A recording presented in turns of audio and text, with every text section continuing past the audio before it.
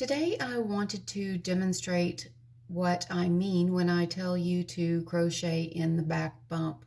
Normally when I mention back bump, I'm specifically talking about your foundation row where you've made some chains and you're going to be putting stitches in those chains. Now this is just a simple foundation chain of 10. And if you were to chain one and begin working here, these front loops would be your front loops, obviously. These back loops would be your back loops. If you flip this chain over, there is a little row of what I call back bumps. And this is where I usually want you to begin making your stitches, is in these back bumps. I'll admit it is a little bit difficult. Sometimes if you've pulled your stitches really tight to get into that little loop right there.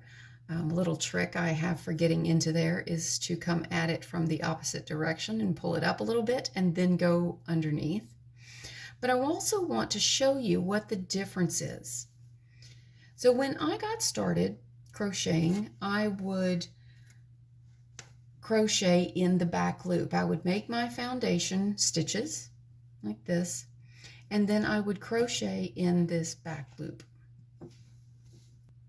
And what happens when you crochet in those back loops is that you end up with a row at the bottom that has this little fluted, piped sort of look. And from the bottom, it looks like this.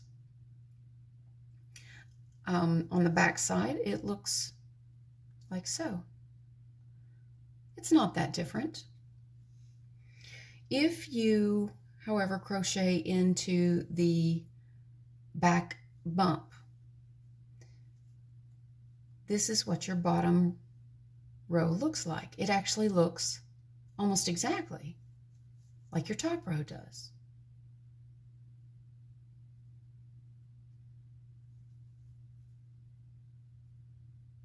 And so you end up with a neater edge, at least in my opinion. It's not that different when you look at it. It's not that big of a deal. But I do think that it makes for a prettier bottom edge. And so if you'd like, you can crochet into the back loop, or if you prefer, you can follow the instruction that I provide and crochet into the back bump.